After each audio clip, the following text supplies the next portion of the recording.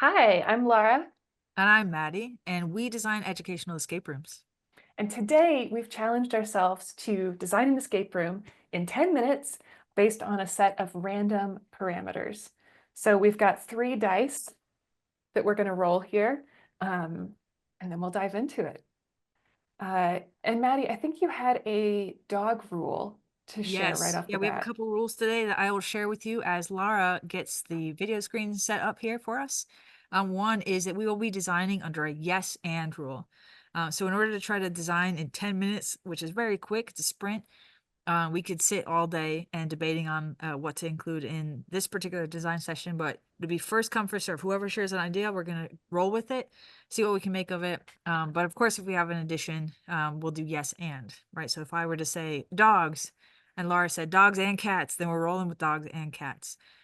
We also, of course, have agreed on special veto so that if someone comes up with an idea that we both immediately fall in love with, we're going to go with that instead. So we're going to break our yes and. It'll be a yes and except when we both agree on something even better.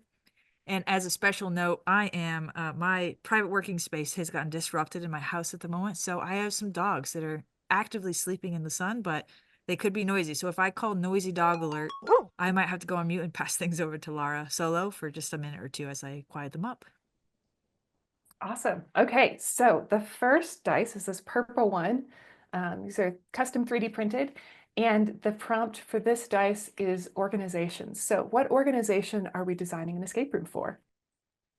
We are designing for a Community. community organization. Perfect. Next up, learner. What kind of learner are we designing for? Trainer. And third, purpose. What's our learning purpose? Mm. Compliance. Okay, so we are designing for a community organization with the learners are trainers, and we are helping them learn about compliance. Cool. All right, awesome. As we transition, two things are going to Mhm. happen. One, I'm going to make sure to open up my timer. I'm going to be on the timer today. And then two, Lara's going to switch screens. She'll be graphically taking notes throughout. So you'll see some graphic facilitation, which is one of her special skills.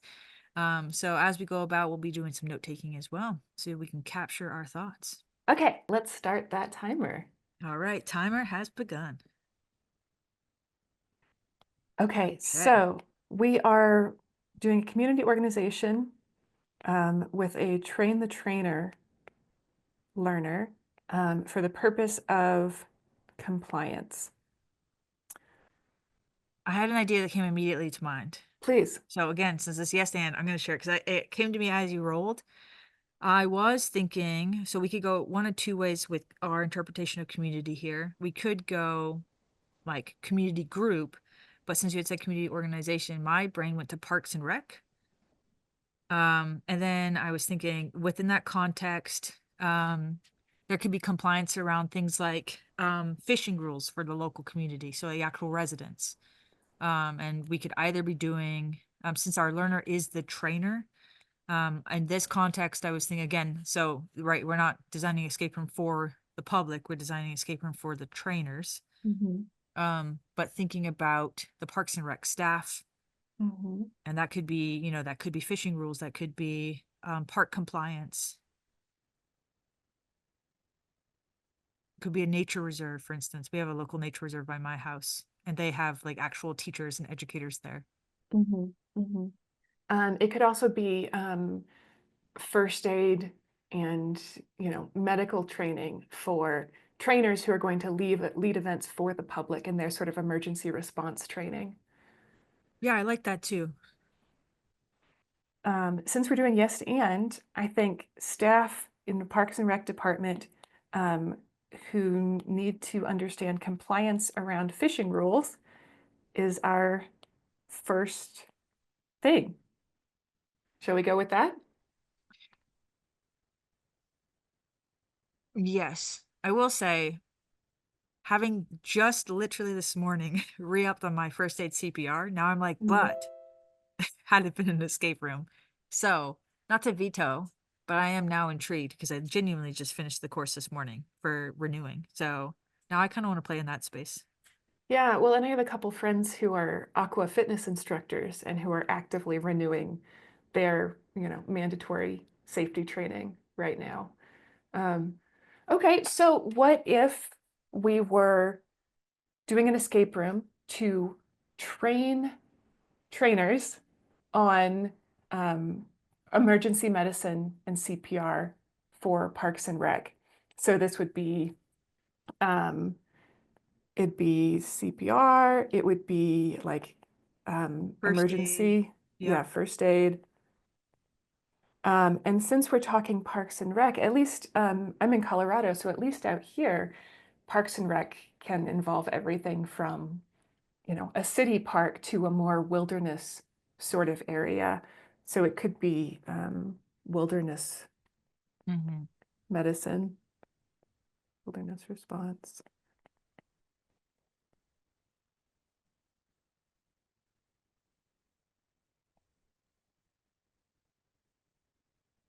But probably CPR and first aid um, are probably the most broadly applicable. So if we're training trainers as opposed to training the public, we could be training, I guess this is a decision point. Are we training people who will then train others on CPR and first aid? Or are we training people who train people on a wide variety of things who need to themselves know about first aid and CPR? I kind of like the idea of like we are designing the escape room for the folks that then have to train public. Mm-hmm. And perhaps we kind of do a blend where it's both entertaining for the trainers who are key learners, Mm-hmm. but we design the escape room in such a way where they can then leverage the escape room in their own training. I love that. So we're developing essentially a two-use asset. Mm-hmm. Mm-hmm. Um, and the public that they train could be like volunteer nature walk leaders. It could be, volunteers who facilitate programming at the senior center. It could be, we've got a pottery studio that falls under Parks and Rec. So training the public who are volunteer leaders or volunteers. Yeah, anyone that would be in a situation where like they're responsible for other folks. Mm-hmm. I mean, it could just be general public as well, but Yeah. they're like you had said, the fitness instructors. I'm a coach, an athletics coach, Mm-hmm. right? So I am a trainer in that sense as Mm-hmm. well. Anyone that's leading any kind of public Mm-hmm. activity. I also will say I kind of liked just looking at halfway, so we're kind of at a good spot of getting to our purpose pretty quick here. Okay. Um, is that our because we opened up into wilderness and response was kind of nice about this particular escape room, just thinking about like long-term scalability and growth capacity. As if we were like it's easily situated in different contexts, right? So I can Mm-hmm. imagine us having multiple scenes long term in our narrative once we get to that at a later point in time, but notes for the narrative is that I could see us branching out pretty easily Mm-hmm. into different contexts of where where we in a city park, are we Mm-hmm. at a pool, are we in the Mm-hmm. wilderness?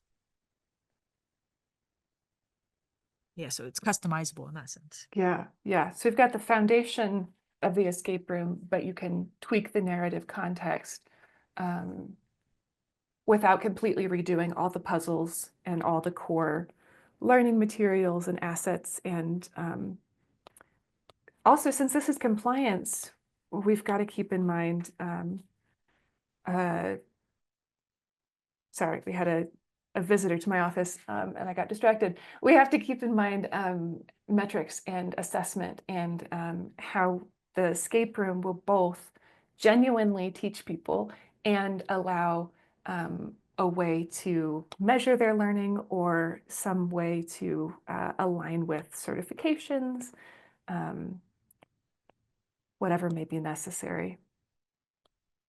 I absolutely agree there. And depending on our budget, right, and Mm-hmm, what this particular mm-hmm, hypothetical client had, this would of course make for either mm-hmm, great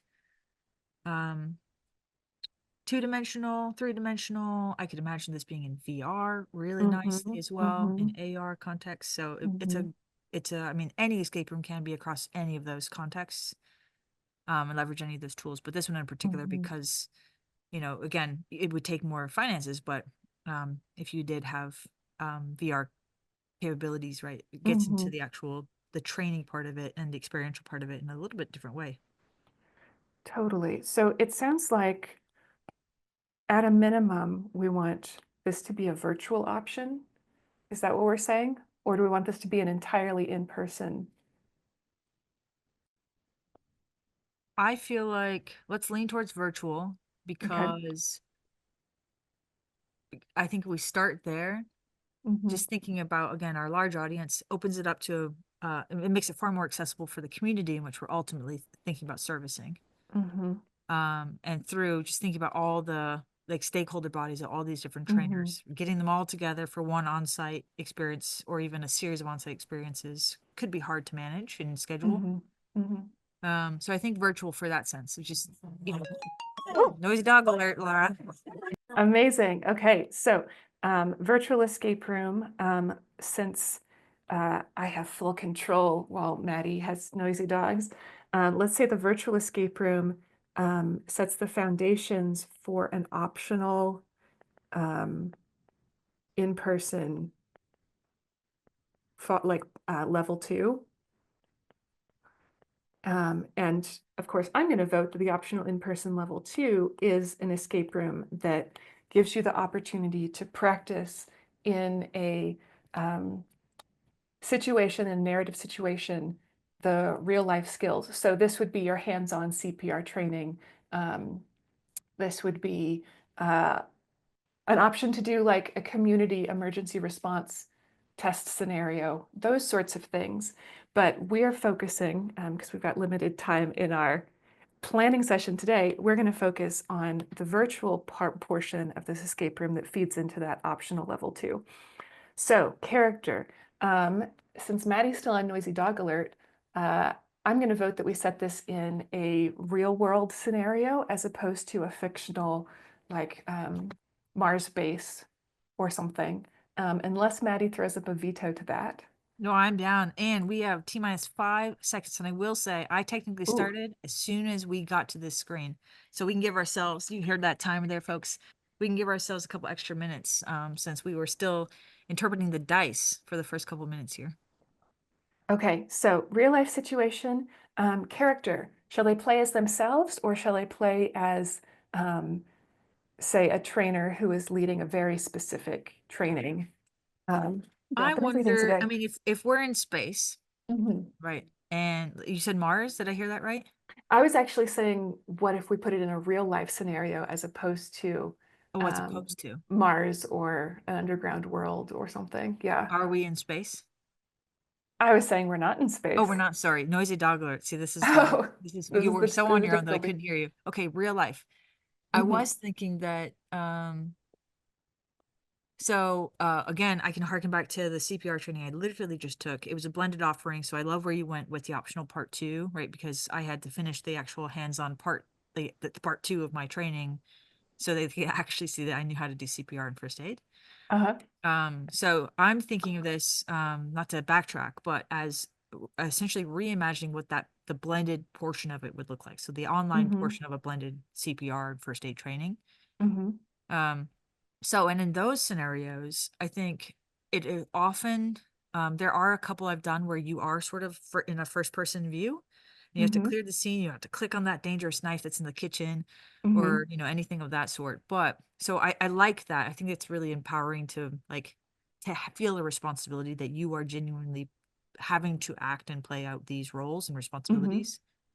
I could see us either having a second character that's an NPC that is genuinely sort of realistically what CPR training is currently like, where there's a computer character training you and teaching you content. That happens a lot right now. I think all the trainings I've done over the last 15 years, most of the content has been driven by some sort of computer program, right? Hmm. But I could see it being a little bit more interactive. or I could see a genuine other character that's like, another, like a real human being. So I don't feel strongly about that, but I do feel strongly about playing as ourselves, as this person, like, hey, you're, hey, trainer, right? And you've been tasked with um, being trained in CPR, and we're gonna Mm-hmm. get you ready, whoever the we is. That's what I don't feel Mm-hmm. strongly about. Okay, perfect. So we know that you're playing as yourself, you encounter other characters, NPC, non-player character. Yeah, we know we're gonna have other characters and the Mm-hmm. folks that are gonna be in these roles and these Mm-hmm. the actual CPR situations and Mm-hmm. scenarios. Mm-hmm. And it's a real life scenario, so we should just choose one, since I know we're over time at this point. Um, you mentioned an interest in the wilderness response. Should we say you're in a state park, or it's like a city recreational area that's more wildernessy? What do you think? Yeah, I'm thinking, so again, our approach to the situation, and I know you know this, so this is more so for anyone watching. We consider the role of, or at least the phase of situation, thinking about sort of like, where are we really starting? Where are we entering into the story? And I can see two ways. Do we want to start with a slightly more exploratory story where, like, we are at the wilderness lodge and we are gonna explore on the trail and we come upon an emergency situation that we then have to act to, or respond to? Or are we in the type of situation where, like, it's genuinely like, hey, welcome, Mm-hmm. you are in a training class? I think that's two very different narratives that lead to two very different situations. And either one I'm open with. I can see both of them being storied in the wilderness. I kind of Yeah. lean towards the wilderness because it's fun and it can get it. I think it, well, there's a lot that we may not interact with or come upon Mm-hmm. readily, right? But nevertheless, it would be um, take folks out of their potential day to day, which I like that degree of um, just being challenged. Yeah, I vote that you're um, fulfilling your volunteer role, fulfilling your role in the park, and you come across, or in the Parks and Rec department, you come across an emergency scenario. Um, I like that snapping you out of your current situation, which is I am in a training, and helping you imagine places and situations where the skills you're learning could be useful. And I also like um, how it would facilitate a trainer who's been through the training then using the escape room as they train the public. So let's go with that. Okay, agreed. Yeah. Okay, so you're on a trail and you encounter an emergency. Um, and I think we might should call it there. Agreed. We are just at perfect amount of time. All total, that was just past 15. Okay. And so for these videos, we're keeping them short and sweet, to the point. Again, to give you a little bit of a taste and a sprint of our design process and how we think. We're hopefully inviting you into it, and getting you excited about this type of learning activity, which is educational escape rooms, of course. You'll see, I'll just say as we close out, we have a couple things that we're going to prime you for a stage two, where we really dive into the narrative and puzzles. You'll notice we didn't say anything about puzzles. That's one of the things that we always like to drive home, is that if you start with puzzles, you're going to forget all this other more important things, right? This, like, what are we trying to do again? What are we hoping to accomplish? What is our purpose? What are our goals? Who are we doing this for? But puzzles are, of course, fun, and something that is a staple for the escape room experience. So if you're interested in that and looking at narrative as well, stay tuned, because that will be coming. And if you're interested in exploring how you could design an escape room, either on your own or with support, um, email us. Our information's in the description below for your free escape room strategy session. We'll hop on a call and help you work through some of this initial thinking. Hopefully you had a little bit of fun with us today. And if nothing else, that we sparked a little bit of creativity and interested in your interest rather in educational escape rooms. But otherwise, that's it for us today, and we'll see you next time.